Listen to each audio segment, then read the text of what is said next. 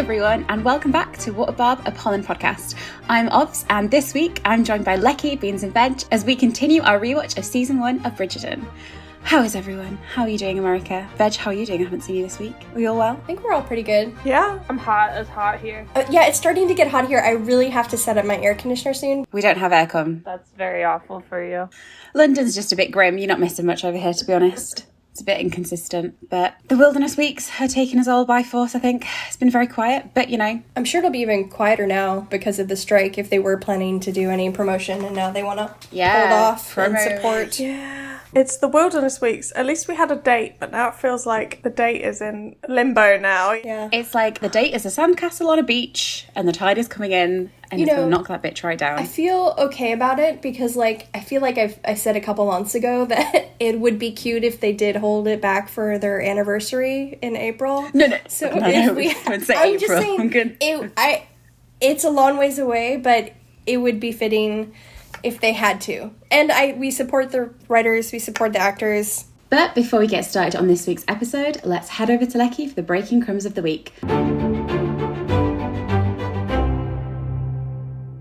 Lecky, what have you got for us? Hello, Barbkin. Today's episode is being released on a very special day. For those who celebrate, today is the anniversary of Pirate Colin, the day that Pirate Colin was born, the day he graced our computers and our phones, entered shrines, as well as what I'm assuming is costuming and styling halls of fame everywhere. What a holy day. Yes, more than that. I'm going to get a bit sappy here for a moment, but it's pretty much our What a Barb friend anniversary as well. Lecky, stop.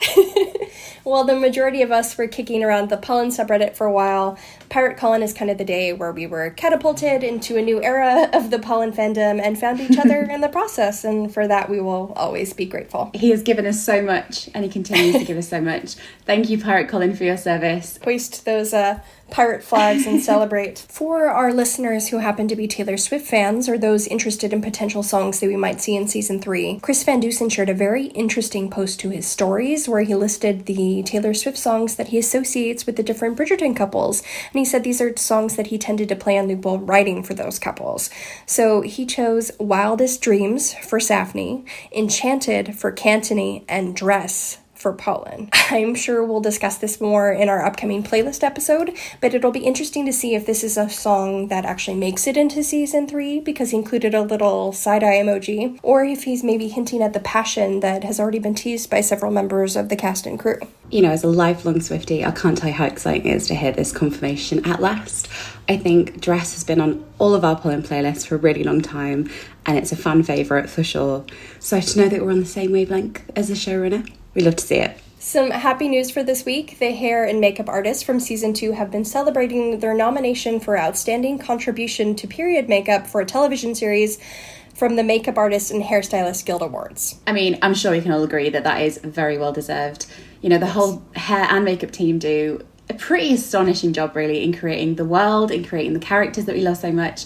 And I know that we can't wait to see what they've got in store for us in the future. So congrats for season 2. Yes, definitely. Moving on, Luke Thompson's play A Little Life is finishing its run, so congratulations to the cast and crew. And I was lucky enough to actually catch this. It was a bit of a hot ticket here in London, but I saw it a few months ago and it was genuinely incredible. So kudos to the entire company. For anyone who wasn't able to make it to London to see it in person, I believe a screening of it is going to be released in select cinemas in the UK from the 28th of September. What I would say is that there are some very difficult topics that are handled throughout the play. So if you are interested in seeing the production of the play on screen, then I would recommend that you go check out the content warnings, which we will link in our show notes. But it really was just unbelievable performances from everyone. So congratulations, Luke. Luckily, there's also some positive strike news this week. So talks between the AMPTP and SAG and the WGA resumed on Friday. That does not necessarily mean, however, that they will reach a deal, but we can hope for the best and pay your workers. Yeah, it's a simple solution out here. Yeah.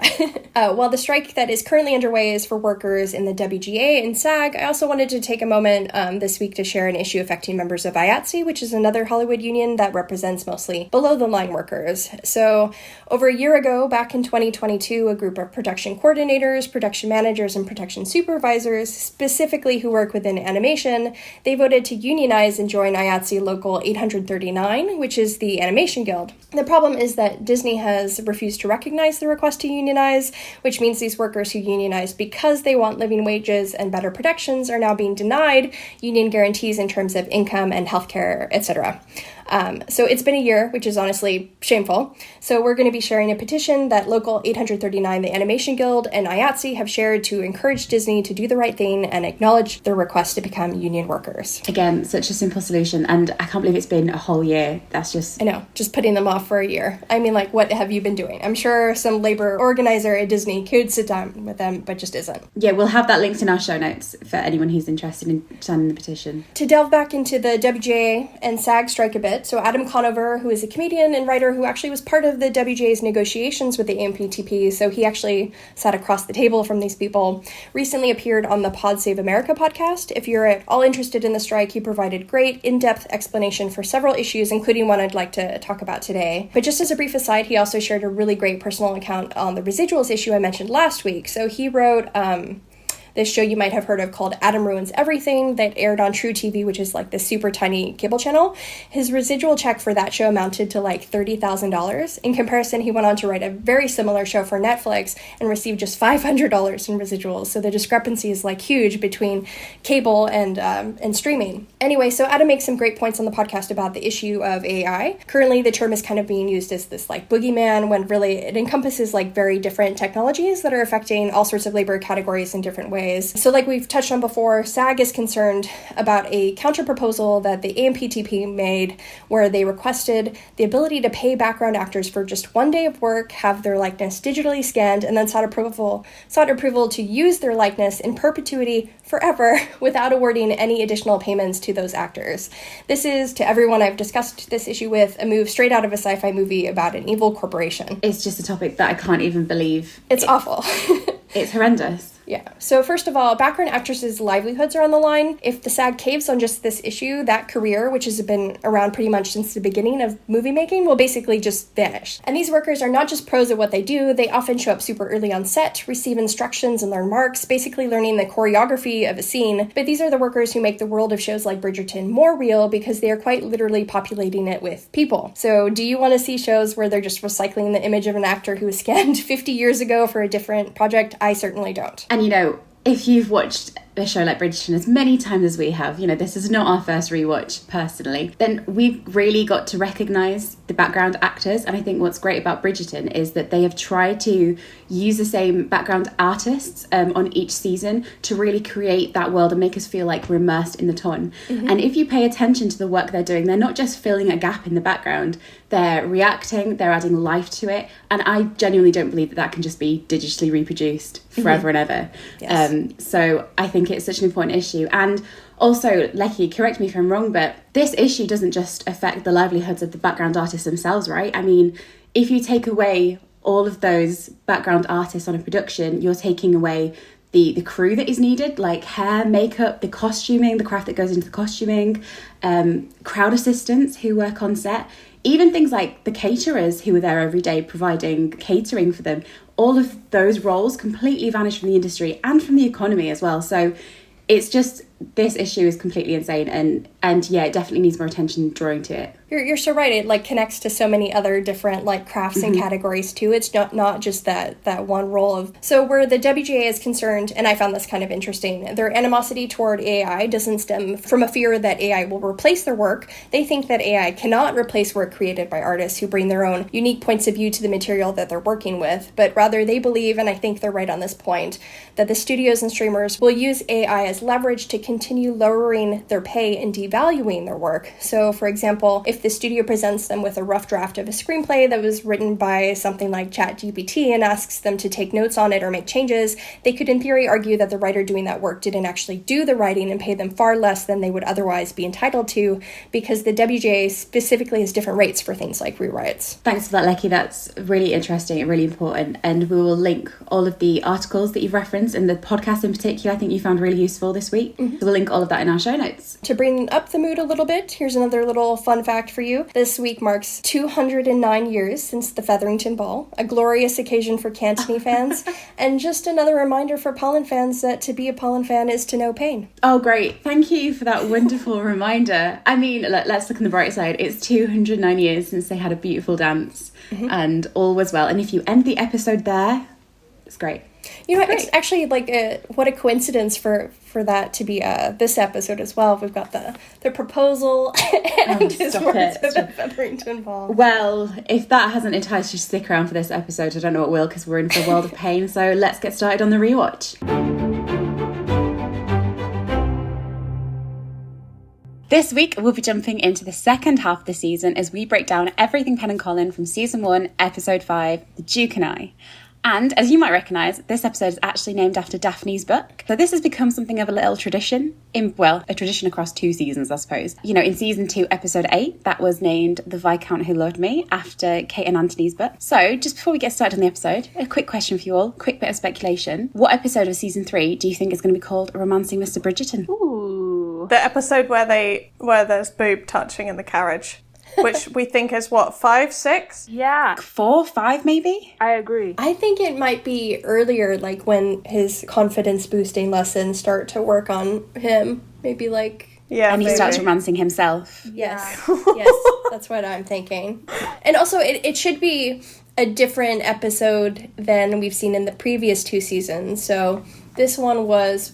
Episode 5. Oh, yeah. Cantony was 8. Right. So I think this one's going to be, well, not one of those, but I think it'll be earlier in the season. Maybe 3? Yeah, I think this is episode 4. So we got a 3, a 4, and a 5. Because there's no consistency, really, with which episode they give it to. Yeah. I think I originally agreed with you that it'd be earlier on, when it was the lessons, but I'm going to be a bit controversial. I'm going to go episode 6. Maybe not 7. I think 7's maybe too late and a bit too dramatic. I'm going to go episode 6. Just, you know. Yeah. Just throwing it out there. So, there's our little theories. Lady Veg, can you give us an episode summary for this one, please? Dearest gentle listener, Daphne and Simon's engagement is announced. Prince Friedrich gracefully bows out of the race for Daphne's heart, much to the displeasure of the Queen. Madame Delacroix confronts Antony and later runs into Benedict at a party. Lady Featherington and Marina reach a compromise regarding Colin. After their successful appeal to the Queen, Daphne and Simon marry. Colin proposes to Marina. Daphne leaves Bridgerton House to begin married life with the Duke. The Duke. Thank you for that stunning performance, Lady Veg. I hope I get nominated for an Emmy for Best Voiceover. Or when Julie Andrews retires, Yeah. they'll hire you. Julie Andrews would weep when she heard. It was beautiful. Thanks. We're actually going to start this week's episode over at Bridgerton House with Daphne and Violet. So Daphne comes downstairs and tells Violet about her engagement to the Duke. Violet is pretty flustered and also very heavily hungover, but she's trying to assure Daphne that everything is okay, and she says that whatever happened between the two of you, it is all right. When it comes to love, these things happen much more frequently than one might expect. Even your father and I, we had trouble controlling our passions. And this is when Daphne kind of hints that she needs to move up the wedding. But because we've seen that portrait of Violet and Edmund, it seems like they might be exploring some parallels between them and Polin in season 3. So I wouldn't be surprised if we have like a similar type of passion with Polin where they're just kind of unable to control themselves around each other. And then also I can't wait to see Violet's face when yet another child asks for the wedding to be moved up like Daphne does here, if it happens.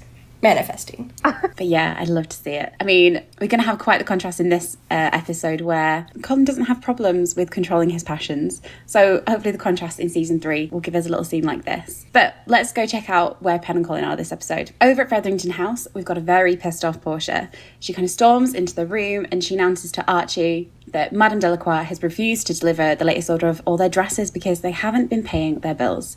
I mean, we support businesswomen, you know, go for it, Jen. Gal's got to get paid, hasn't she? Speaking of outfits, this is another sustainable Featherington sighting. We all are a big fan of the recycling scheme that's going on. Reuse, recycle. Thanks, Beans. Archie suggests they simply reuse the dresses they already have. We love a sustainable king.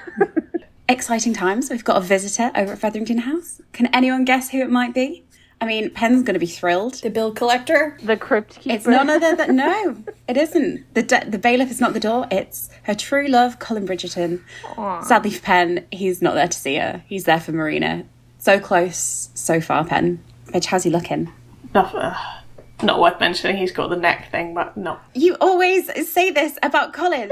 Say that he's not worth mentioning. All right. Can we have some respect? Sorry. Veg, this subtle Colin hatred. Don't think we don't see it. Okay, prompt me again and I'll make it okay. So ask me what I think and I'll... You can include all of this. Okay. Veg, how's Colin looking? I don't really have anything to say, you know. Colin hater, sorry. Well, Sorry. he's just like... Well, I feel like I wrote down in my notes that the pop of the bright blue cravat and the black patterned waistcoat screams Regency rock star to me, and I couldn't explain why. And then, Beans, were you saying this is the early sighting of a baby blue Colin? Yeah. Before it bleeds into the rest of Yeah, his wardrobe? that baby blue cravat. Free the neck, babes. Look, Free the neck. We love him very dearly, but he has never been, and probably will never be, a fashion icon.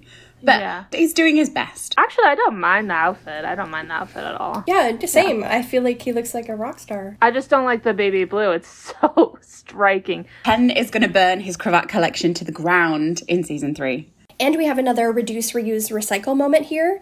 Colin is wearing the same cravat and waistcoat that he wears in episode 103 when Violet is advising Daphne to marry her dearest friend. You know, he's sauntering in, he's doing his best, and Marina kind of jumps up to meet him, and this is a moment where Pen kind of mentally prepares herself to kind of endure this court fest all over again. Colin's very kind of pleased with himself. He comes in with this big bouquet of flowers in his hand. Would you call it big? A sizable bouquet of flowers. He's trying. He's the thirdborn son. He hasn't got the funds for this. First of all, I hate how charming he is in this scene. I just hate it. And then also, Colin brings yellow flowers here to Marina, so that's kind of a slap in the face. And it's implied that this is not the first time that he brought her flowers. These ones appear to be yellow roses with orange or red lilies, and according to an article we found about the language of flowers, yellow roses represented jealousy and infidelity during the Regency era. The jealousy thing is pretty fitting, and it's interesting that Colin also brought some yellow and orange flowers with him. I wonder if there's someone they could have reminded him of, maybe an overripe citrus fruit, perhaps. To speak on the yellow, I was doing some reading today actually so I could give our listeners extra insights, and the series 1 costume designer Ellen Moroznik, sorry if I said that wrong, said that she used yellow to represent deception as well, and it kind of represents she put Pen in a lot of yellows to represent like her deceitful nature, and also tying back to the Regency era. So Oh my god, I love that. And that's the family color too, so like all of the Featheringtons can be kinda fairly deceptive. devious. Yeah. Yeah. I didn't realize that she'd actually said that somewhere. I've seen people speculate that the yellow is for deception, and on our subreddit even, but that's cool. I haven't got a direct quote, but she's like referenced in relation to that. Yep, like as you mentioned, as you spotted, Colin has been making multiple visits to see Marina in the post-Barb world that we're living in. If you look around the room, you can kind of see similar bouquets of flowers that I assume are all from him. And I just think it's really nice that Pen gets to sit there day in, day out, staring at these flowers that aren't for her.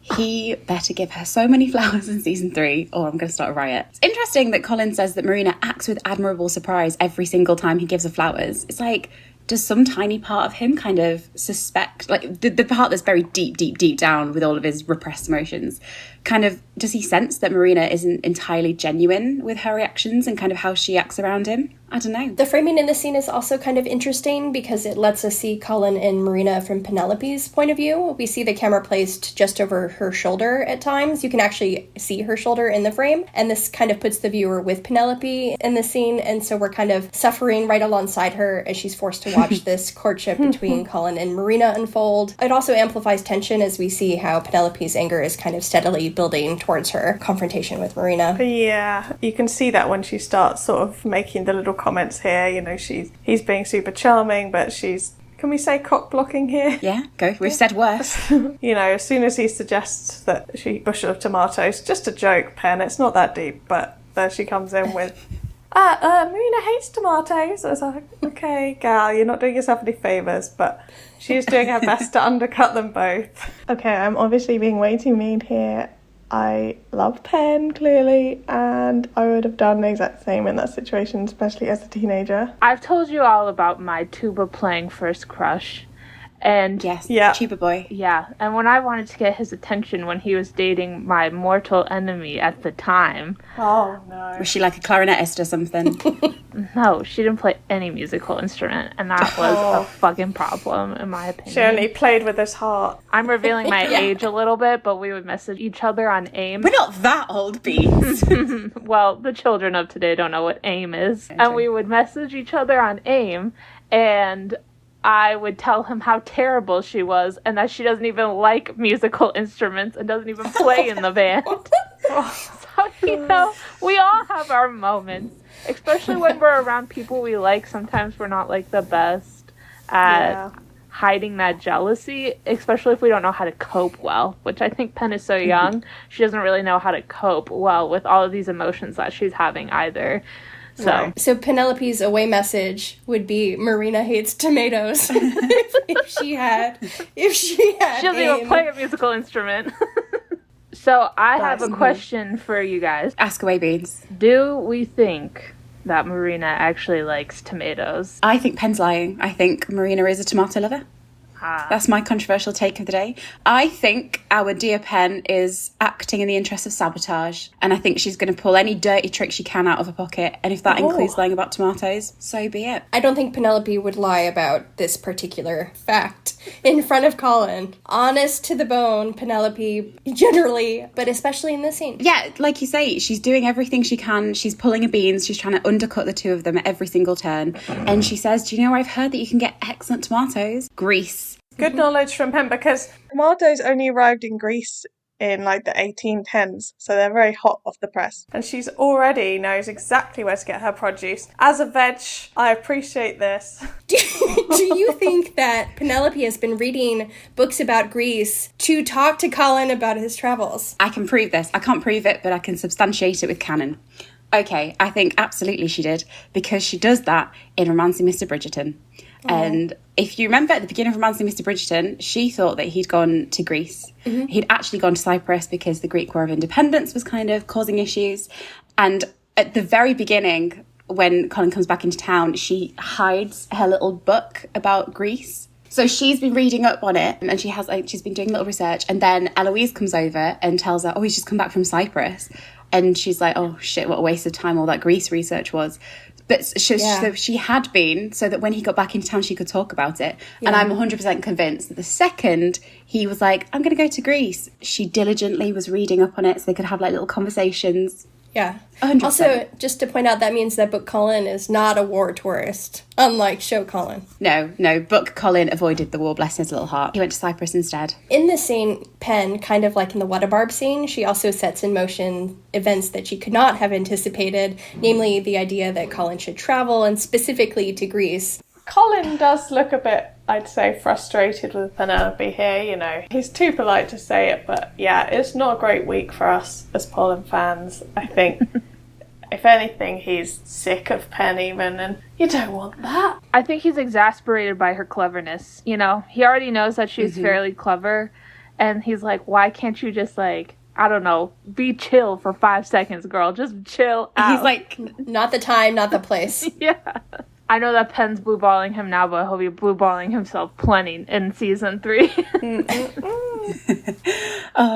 Marina also looks kind of pissed off with Pen interfering, but she's a bit confused because, remember, at this point, she still hasn't figured out why Pen is so resistant to being courted by Colin. There's also an interesting exchange. I am uncertain of my travels at the moment, Pen, but you were so keen to travel.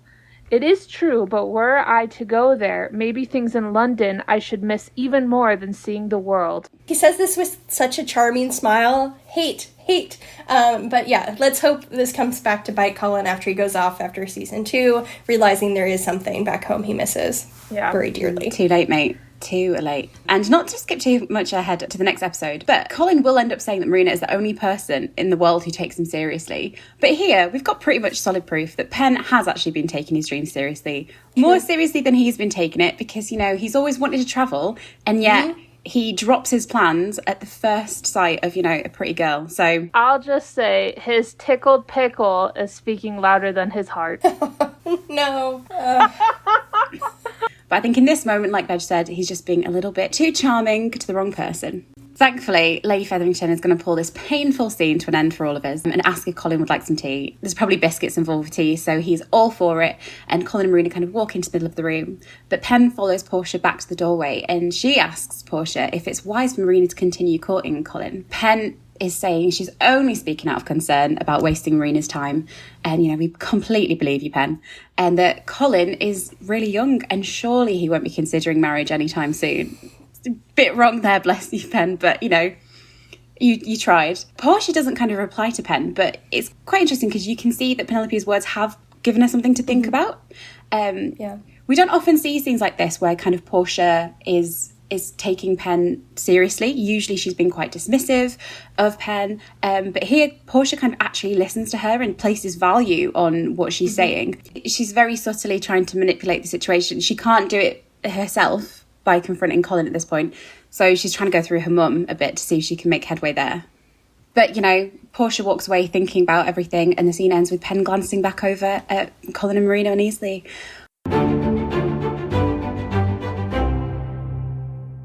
All is not well. It's all going to get a lot worse later that night when Portia goes into Marina's room.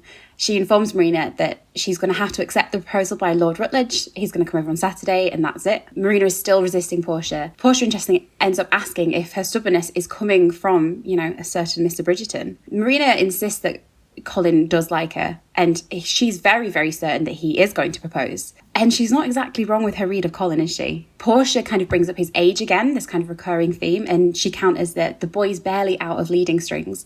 And she even threatens to lock Marina in her room if she doesn't stop her courtship of Colin. So Portia is not on the Molin train here. No, and she is reacting directly from the conversation we've just talked about of when Penelope is suggesting he's a bit too young. Like, that has played in the back of her mind, and she's brought that up. So, But yeah, Colin's youth is brought up a lot, and we've seen that in the costumes as well. So that is definitely a big factor here, I think. Yeah, and like you say, Penn's clearly got through to Portia a little bit, and it works really well for her very brief time, because this is where, during this scene, we see a real turn in the storyline begin. Because this is where Marina, as we mentioned in the first episode, decides to weaponize sex in order to find a husband, and she also manipulates Portia. She's about to out-scheme the queen of scheming, and, in a way, Penelope herself. She knows Portia will do anything for her girls, and that she cares a lot about their social standing, so she kind of highlights how much their connection to the Bridgertons would benefit their lives here. Yeah, she says, in order to repay the kindness of the Featherington, she says, if I were to marry Mr. Bridgerton, you would be connected to what I gather is a very powerful family indeed. Think about what that could do for your girls. Marina's pulled out a trump card.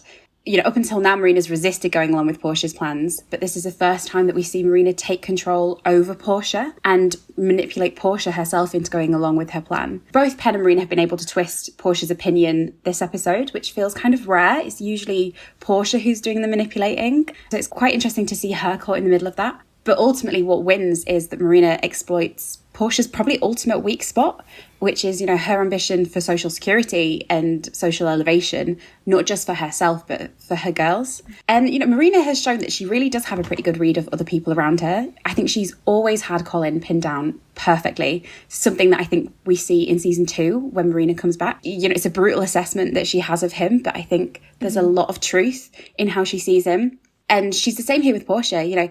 And also that line that we were just talking about shows that Marina does know full well that there are other benefits to marrying into the Bridgerton family. But there's just a tiny, tiny flaw in the plan that even if Colin did propose, the wedding normally wouldn't take place for weeks and weeks.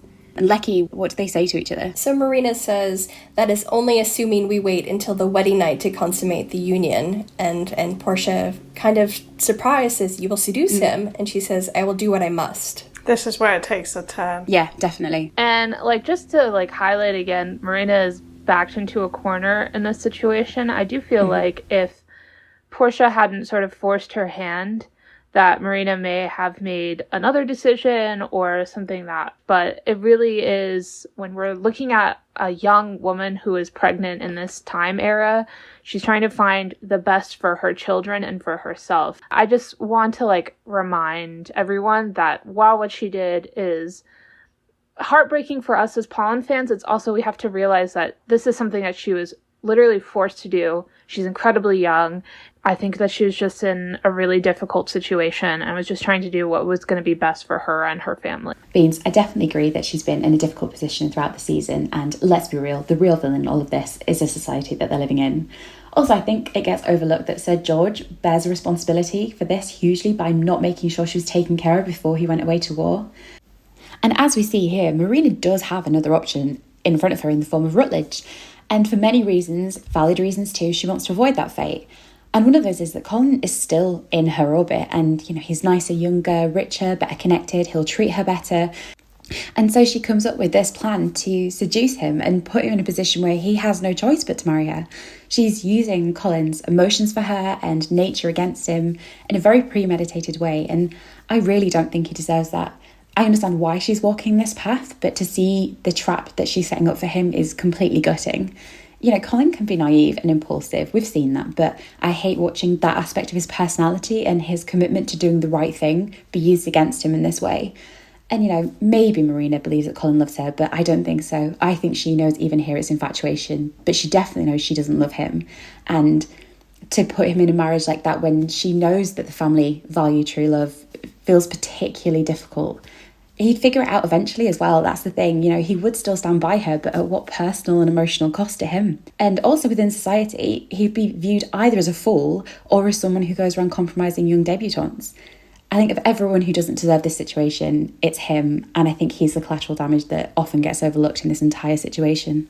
She also wasted a lot of time waiting for, presuming that George was still alive. She wasted a lot of time hoping that he would return, that she could have spent courting other people. Yeah. But it is a really dark moment where everything from this point on is really going to shift, because as we kind of leave that bedroom, we find out that Pen has been listening to the entire conversation. Lady Whistledown wishing her skills weren't quite as good, I guess, at that moment. And Pen is kind of behind the door and she looks absolutely sick and horrified by everything.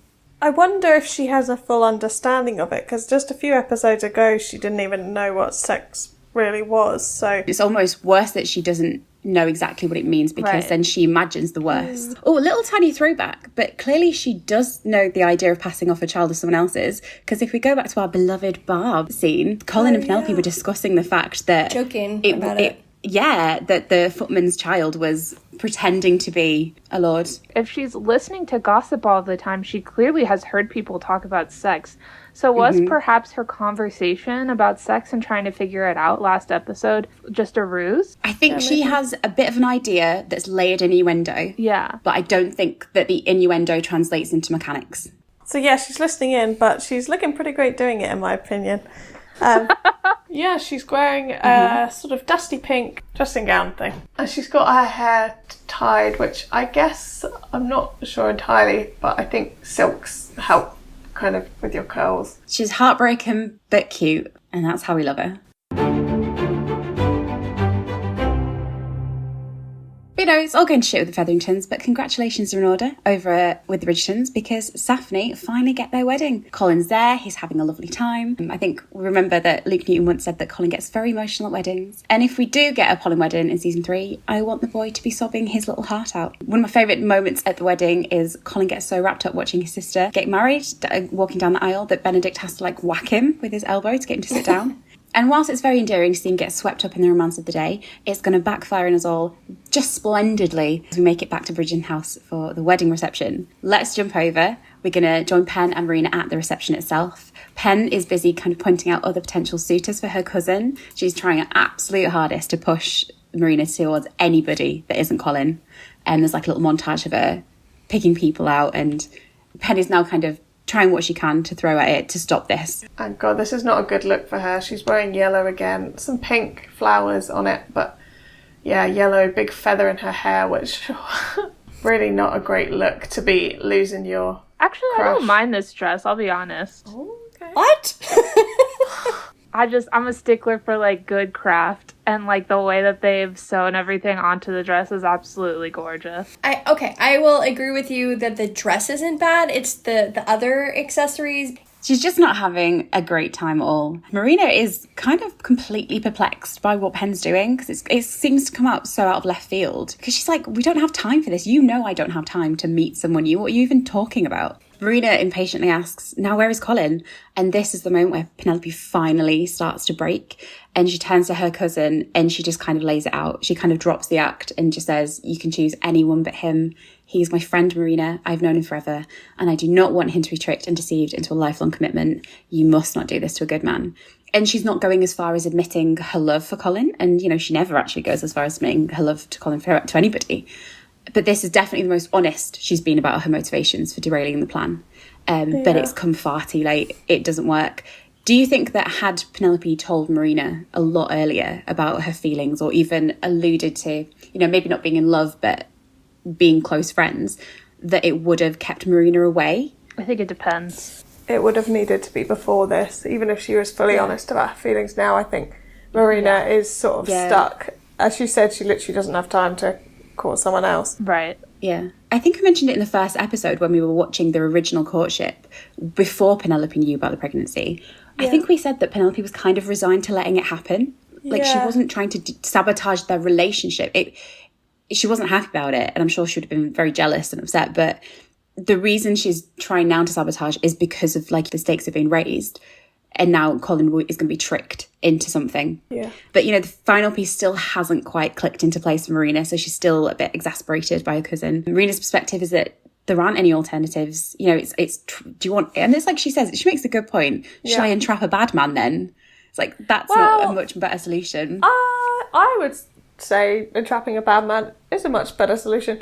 Entrapping a bad man would definitely be better than entrapping a good man, but not morally. Marina's got to live with it, though. Very true. I think the key thing is, right, I think that Penelope isn't coming from a moral perspective. I mean, she is a little bit, but if it was anyone but Colin, I don't think she'd really have too much of a problem with it. I think Pen is no angel. Pen understands the moral decisions you have to make sometimes as a woman in their world. Marina promises she's going to be a good wife to Colin, and he will be a good husband and father, however young and well-liked by you who may be, she says. To piggyback on that, at the end of the last episode, Lady Whistledown says, why settle for a duke when you can have a prince? And that kind of plays a role in this storyline as well, where Marina's trying to get the best option available. And I feel like normally Pen would be very supportive of that. It's just that it's not that it's Colin, but that she's trying to deceive Colin in this kind of awful way. But in the words of Monty Python, always look on the bright side of life. Is there a bright side to be found in this? Yes. So let's try to look at some of the positives here. So in this conversation, Pen states that she has known Colin forever. This coupled with what Luke said at last year's To Doom, where he indicated that Colin can't see Penelope as his true love because, quote, they met when they were so young, means we could have flashbacks potentially of baby Polin in season 3 instead of having them meet in their teens and early 20s. Because in the book, they meet when Colin is 21 and Penelope is almost 16. I am living for baby Polin flashbacks. It's all I want in the world. But before Pen can protest anymore, Portia storms over and angrily tells Marina that Lord Rutledge is no longer available. Let's have a moment's silence for the poor person who's ended up with him. But now for Marina, it's Colin or nothing. Marina's pretty thrilled about the situation, and she decides to put a plan straight into action. She spots Colin through the crowd, who's happily chatting with guests, and makes a beeline straight forward. Sorry, Edmund, no pun intended there. Pen is watching this unfold. She kind of gets a bit distracted and she turns and she crashes into Eloise. We know how Pen has a talent for having issues with both of her beloved Bridgertons at the same time. And they awkwardly have this moment with Eloise where the two haven't made up from last episode's fight, and they kind of look at each other. They kind of make excuses and they head their separate ways. So we've not got any joy on that front either. Just as an aside for fans of the book and Lady Danbury in general, there's also a quick moment during the reception here where Eloise accuses Lady Danbury of being Lady Whistledown. And Lady Danbury is both amused and flattered by the accusation and seems to think kind of favorably of Lady Whistledown. She says that everyone enjoys secrets or they wouldn't read Whistledown in the first place. Oh, so a tiny little bit of Lady Danbury maybe being threaded in there with Lady Whistledown.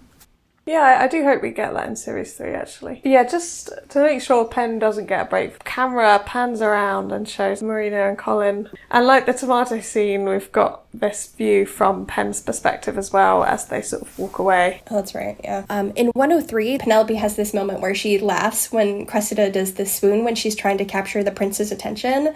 And here, Marina basically employs a very similar trick to successfully gain Colin's attention, which is kind of a bummer. But Marina basically pretends to feel faint and asks if Colin knows if there's somewhere private they can go, and she knows him well because we all know he'll jump at the opportunity to sweep in and be a hero. So hero Colin is activated and he happily escorts her away to a private room. And Penn, luckily for them, Penn is the only person to notice them wandering off. And Penn doesn't know exactly what was meant earlier when they were talking about seducing and consummating, but she knows it's bad, and she knows that this is kind of when Marina is going to start putting the plan into action, and she has this completely murderous look on her face, but she's powerless really to do anything but watch them go. We're going to follow Colin. It's going to be a rough ride. Is everyone mentally prepared for the scene that is ahead of us? Crickets and some tumbleweeds rolling past the Royal Crescent in Bath is kind of what comes to mind when the scene starts to play. Just a lot of sighs. So let's go into this scene. Colin leads Marina into Antony's study, and, after prompting from Marina, he closes the door behind us. And how does he not understand the basic rules of propriety here? We've seen Colin break the rules a lot with Penn, right? But sometimes we act like he's only ever blind to it when Penelope's involved. But I don't understand why he thinks it's okay to take Marina into a private room in this scene. He's shocked by what happens next. It's so strange. I don't know if he just got so caught up in she needs me to help her. It's the naivety, I think, that characterises a lot of this scene, and which is why I find it so uncomfortable to watch. I don't feel uncomfortable in the scene because of anything Marina does. I feel uncomfortable entirely because of Colin. And Marina is trying to enact her plan, so she points out very flirtatiously that they shouldn't be alone, and Colin agrees that they shouldn't. And he steps towards her, and I hate it. I hate his face here. He looks like, it's really hard to read his expression, but he looks kind of like he's a teenage boy sort of just realising that he's horny, and he's like, oh my God, He looks a bit worried, but he looks a bit into it, and he looks a bit, I don't know. It's a weird moment. He's into it, but completely out of his depths. Yeah. And Marina steps towards him, and this is where he looks completely like a deer caught in the headlights. He has no clue how to handle the situation he's suddenly found himself in, and he kind of steps towards her, and he does a gulp, or he takes this weird breath. And fun fact, one of the only Colin gifts in the entire world is at that moment when he does his weird little gulp, and it's such a cruel fate because of all the bloody moments that they could get captured forever. So if you're interested, you can find this exact moment on Giphy by typing gulp if you ever feel like a panicked Colin is relevant to your life situation, which I hope it never is. And it's the longest seconds of our entire lives. It's this moment where the pair lean in to kiss each other. Marina's all in, she's going for it. And Colin is the most awkward human to ever have existed, I think. He kind of looks like he's about to cry. And, he looks like he's forgotten how to interact with any other human being. I know the question of his virginity comes up a lot in this fandom, but do we think that he's ever kissed anyone before? Because it seems like he never has. Yeah, I would agree with that. If he has, it's like a little peck. That's pretty much all. It's never been a charged moment in a locked room. Yeah. He's maybe kissed his hand a couple of times. Huh. Nice. Classic. We all did it. Yeah, he can flirt with half of London, but he's got no chance in this moment. And, he backs out. He gets stage fright, and he pulls away at the last second. Marina is really kind of frustrated by this because she was so close. And he says, I can hardly believe I'm saying this, but we cannot go further. A whole kiss. Careful, Colin. You are a lady, and I must maintain your honour and mine, no matter how... There's a weird pause. I know. Tempting. Otherwise, I have to say, Luke Newton plays this so well. It's just, it's brilliant. I think there is a purpose to this that we'll talk about in a second. Colin's out there making excuses about, have to protect your honour and propriety, but I think we all know that he just couldn't go through with it and got a bit too scared. Series 2 of Bridgerton, the one that made me start going feral, to be honest. I questioned my whole relationship because it was so damn hot, that series. But we've seen, in the rules of real life apply in the canon of Bridgerton. If it was that tempting, he wouldn't have been able to stop himself. And that's what we're looking forward to in Series 3. But, he couldn't have been that into it. He would have, like Anthony did with cake. Exactly. Yeah, definitely. Yeah, that's a good contrast because, you know, he's like, Anthony and Kate, he's trying to pull himself, but he can't because when you have a love like that, it's magnetic, isn't it? And the whole point, I think what we love about Regency romances is that those rules and structures exist. And the beauty is that we see two people fall in love who the structures aren't, like, the structures can't stop the power of their love.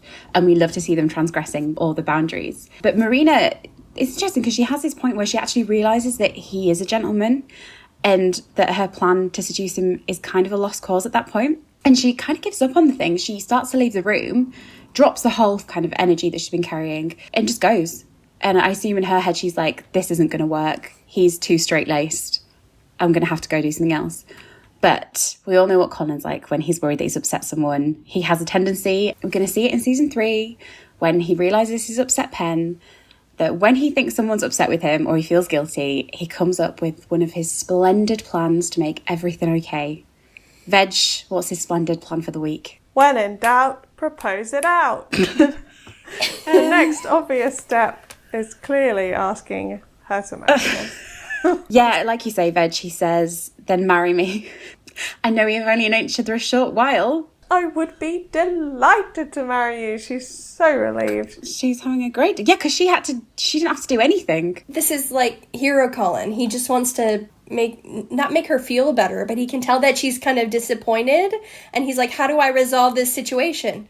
Marina wanted this interaction. It's not proper unless we're married. I know. I'll propose.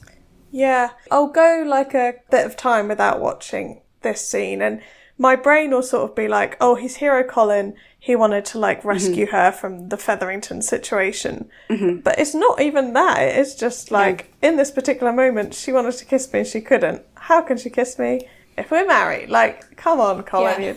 And I think he was like upset. He was worried that he'd offended her by backing out. And he was like, I'm so sorry that I hurt your feelings. Let's get married instead. No, he's sometimes referred in the fandom as Colin Chaotic Proposals Only, Bridgerton. A bit of AO3 tags for you to go explore. And also, obviously, because of, you know, the carriage proposal that we get, very chaotic. But this is not how we wanted that trait adapted in the show. And it's just his logic. What kind of passion overwhelms him to the point that he can resist a kiss but can't resist a proposal? And I think a lot to do with it is as well the fact that he's at a wedding. I think he watched his sister get married and it put a little cute seed in his head where he was like, oh, isn't marriage so romantic and wonderful? All season he's been caught up in what book Colin would describe as the love as a thunderbolt. Do you think that he really thinks that this is love and this is how you act in love? Like the next step is to propose and get married? Or is he just performing the idea of love instead of actually feeling it within his soul? And again, he's just like, this is what you do if you're in love. This is the next step that you take. Yeah, I think it's something like that. I think he's trying to be a romantic hero by proposing marriage here. Yeah, he's acting that role, isn't he, of stepping in. Just to remind you all, Colin met Marina in episode 1. They danced together once. He visited her a couple of times, usually when other men were around. He didn't see her in episode 2 or 3. They danced together in episode 4. And he courted and proposed to her in episode 5. Chaotic Colin, hello. We're all enjoying you. Thank you for this gift. This tracks with the romancing Mr. Bridgerton arc as Hyped well. up timeline. Yes. Yeah, where it happens in like 2 weeks. It's just with the wrong girl here. So, you know, Marina says she's delighted to marry him and Colin declares, what are we waiting for? But they're not on the same page because Marina wants a shotgun wedding and Colin thinks that a long engagement is simply romantic. I can't wait to see if he thinks that a long engagement is simply romantic when it's Penn that's on the card. His book counterpart couldn't bear to wait a month to marry her, so we're going to see if this backfires on him again in season 3. Speaking of which, those of you who haven't read the books, you actually might not have realised that the entire storyline that happens in this season and beyond of Colin, Penn and Marina was completely made up for the show. So it just doesn't exist in the books in this form. The characters do, but it's completely different. And it always breaks my heart, this scene, because one of my favourite book Colin moments takes place in When He Was Wicked. I think most of us have read it. There's this moment where Colin is talking to Michael Sterling about marriage. And Michael asks Colin, and how many times have you proposed marriage?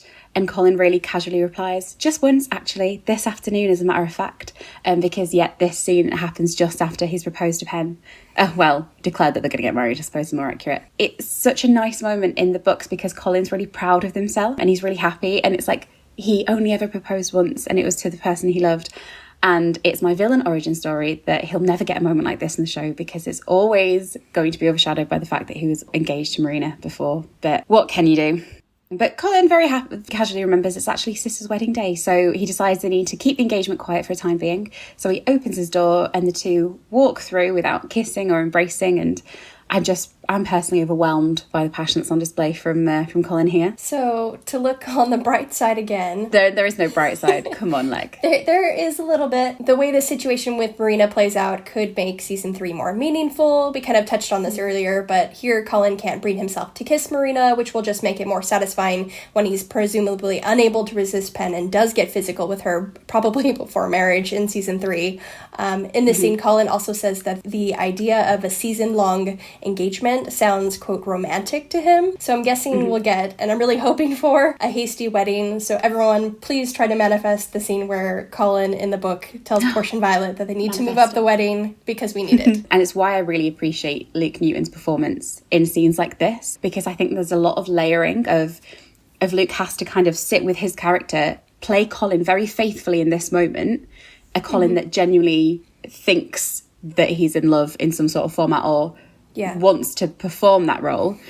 He needs to convincingly convey that character trait whilst also knowing that his character is going to act so differently when it actually comes to being truly in love. The contrast is going to be really satisfying to see. Restrained Colin being very polite and dutiful versus absolutely unhinged Colin. Yes, for sure. And I think Colin will need that too. When he realises he's in love with Penn, he knows it's true because he's completely different. Also, if it helps any Polin fan get through this scene in the future, I recall that Ruby Barker said that Luke Newton liked to make fart noises on set, and the clip they posted with this interview on Instagram was this particular scene, so that could have been happening just before the proposal, and we will take it. So it takes the pain out of it. It takes the pain. To bring the pain back very, very quickly, though, I just want to point out that from Penn's perspective, Marina goes into that room with Colin with a plan to seduce him. She comes out engaged to Colin. So what does she think went down in there? They were playing with their sticks in a farm and eating cake. And because of this, I really hope they include a scene in season 3 where he clarifies that nothing actually happened with Marina. I wonder Penn got so swept away in the final episode of season 2. Do you know when Colin pulled her into that room and shut the doors behind him? The last time that happened, someone got a proposal out of it. You're so right. Like, she walks into the room and she releases this breath and she smiles. And then Colin just, like, barrels past her and launches into his speech, whatever. Yeah, she's like, this is it, getting ready. There's just no gemstone mines in Georgia, apparently. The reason I struggle with it so much, this proposal scene, is that we're really watching Colin stumble headfirst into the scheme. And we know this entire situation comes to haunt him and damage him, and we know how long it takes him to really shake off what happened. And for all we've just joked about how he came up with this brilliant idea to get engaged and, what was possibly going through his head, I do think it's worth reiterating, and we'll discuss this more in the next episode, that he really has been placed in an artificial situation here. He might have decided to propose in the moment, but getting into this room to, where we've just talked about how uncomfortable and out of his depth he was, it just is another way that he is being manipulated and having his sense of judgment skewed in this whole scheme. Oh, Colin, what are we going to do with you?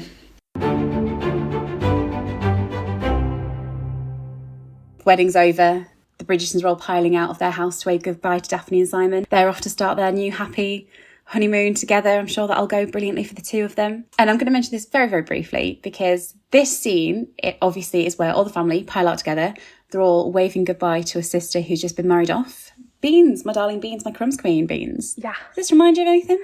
Yeah, so they filmed at Ranger House again. We suspect and believe that Francesca gets married in this season, and everybody was gathered together, waving goodbye to her. You can see Colin and Penn together with the rest of the Bridgerton family, so... It's, the blurriest picture, and it makes me so happy. It just fills me with comfort and joy. It's happily married Polin, even though you can just see the very tippy-toppy of Penn's head. Yeah. Yeah. I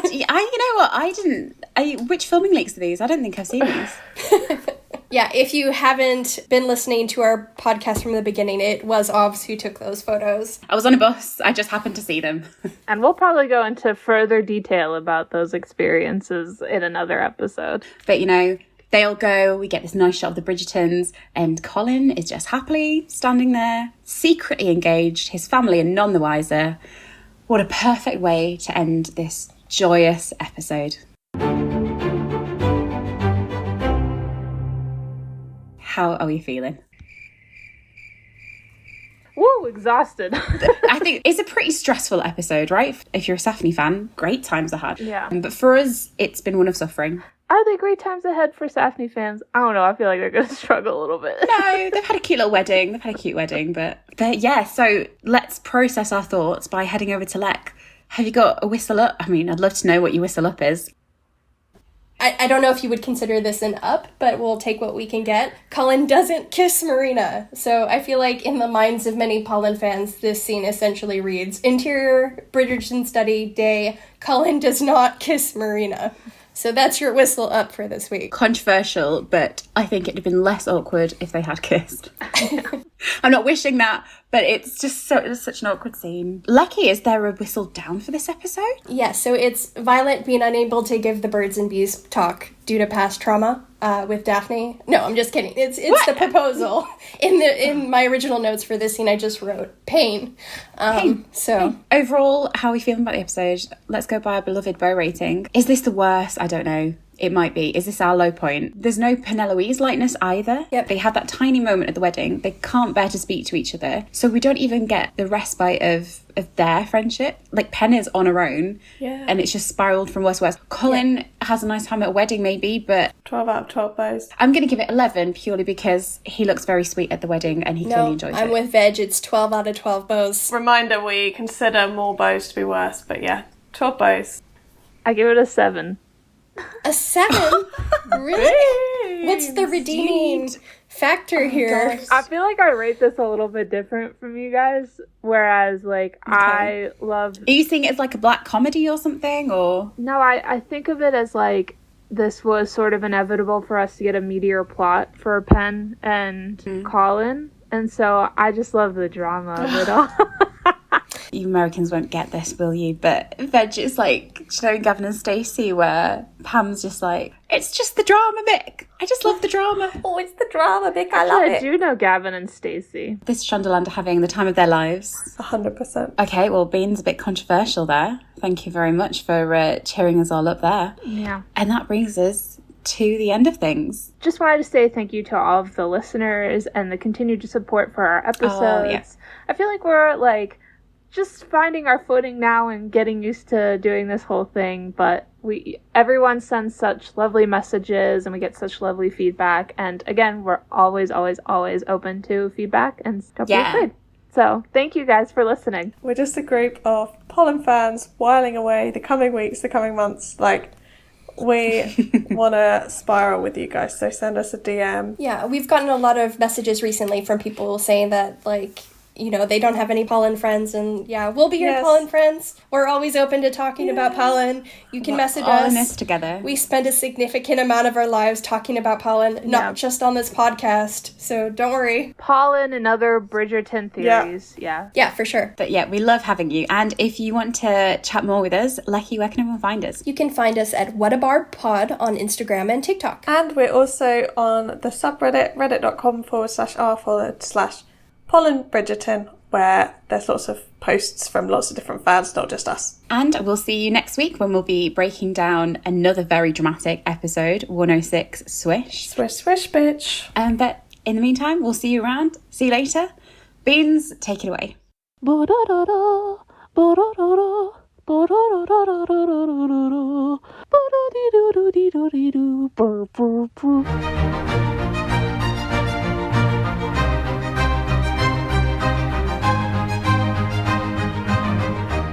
Das Violin. Du, du, du, du.